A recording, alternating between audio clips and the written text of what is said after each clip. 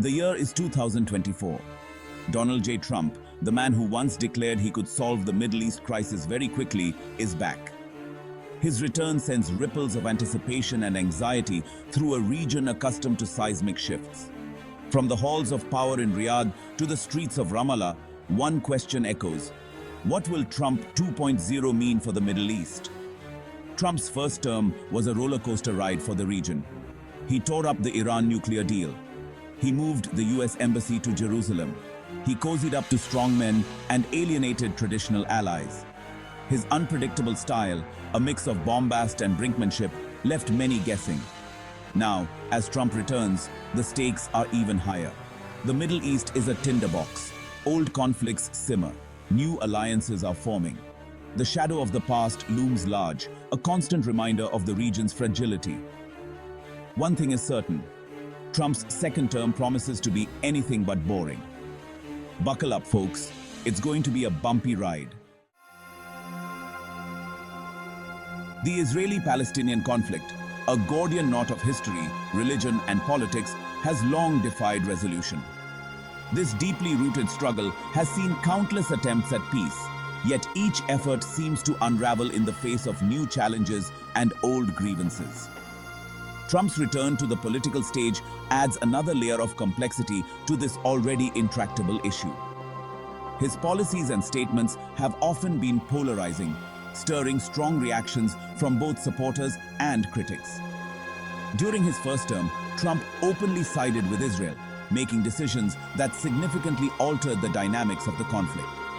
He recognized Jerusalem as Israel's capital, a move lauded by Israelis but condemned by Palestinians and much of the international community. This decision was seen as a major shift in US policy and sparked widespread protests.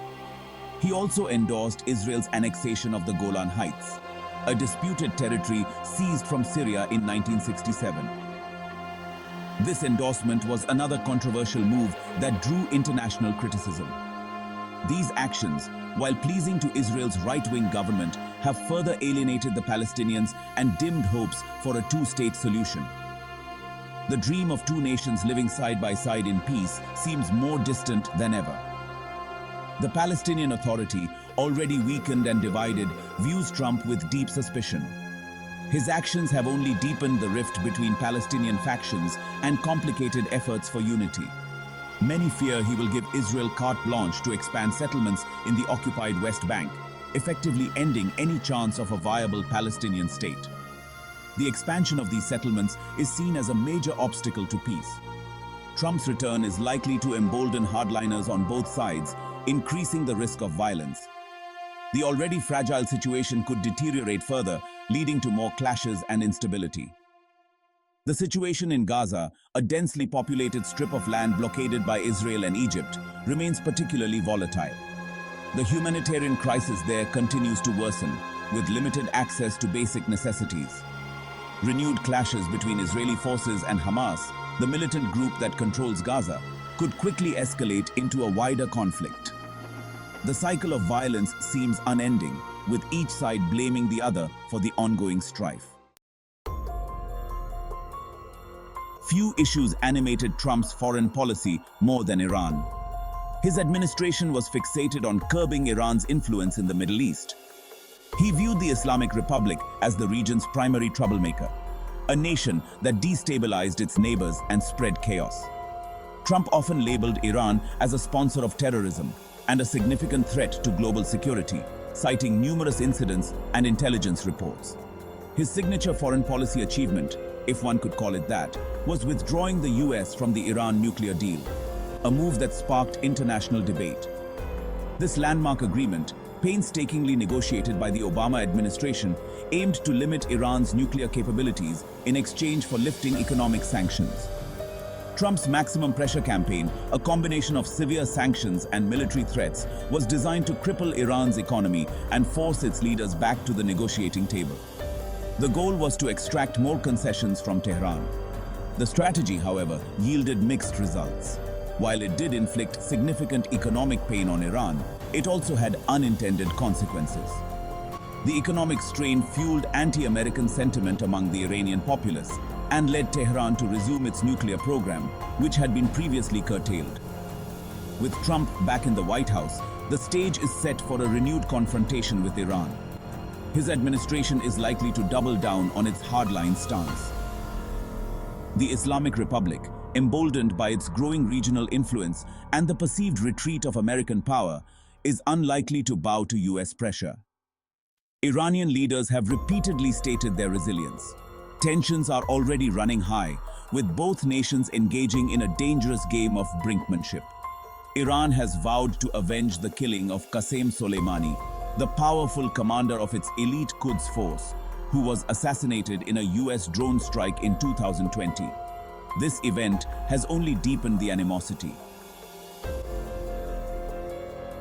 Miscalculation, whether a deliberate attack or an accident at sea, could ignite a wider conflict, one that neither side can afford. The stakes are incredibly high, and the world watches with bated breath. Trump's relationship with Saudi Arabia and the Gulf states was, to put it mildly, transactional. His approach was driven by a clear set of objectives, primarily focused on economic and strategic gains. He viewed them as key allies in his efforts to counter Iran and secure cheap oil.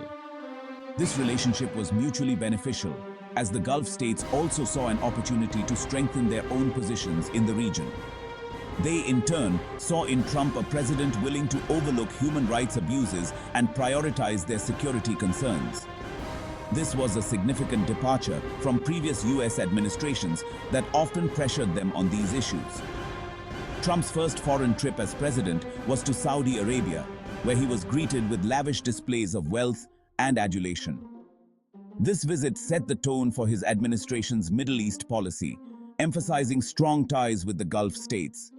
He stood by Crown Prince Mohammed bin Salman even after US intelligence concluded that he had ordered the brutal murder of Jamal Khashoggi, a Saudi journalist and Washington Post columnist. This unwavering support raised eyebrows globally and highlighted the transactional nature of their relationship. The Gulf states, however, are not putting all their eggs in the Trump basket. They are acutely aware of the volatile nature of international politics and the need to diversify their alliances. They have been hedging their bets, cultivating ties with China and other global powers. This strategy is aimed at ensuring they have multiple avenues of support and influence, regardless of the shifting political landscape in the US. They are also aware that Trump's return could further destabilize the region, jeopardizing their economic interests. The potential for increased tensions with Iran and other regional players is a significant concern. The Gulf states will be looking to Trump to provide security guarantees and support their regional ambitions. They seek a balance between maintaining strong US ties and exploring new partnerships. They will also be watching closely to see how he handles the Iranian nuclear issue and the Israeli-Palestinian conflict. These are critical issues that will shape the future of the region and their own strategic interests.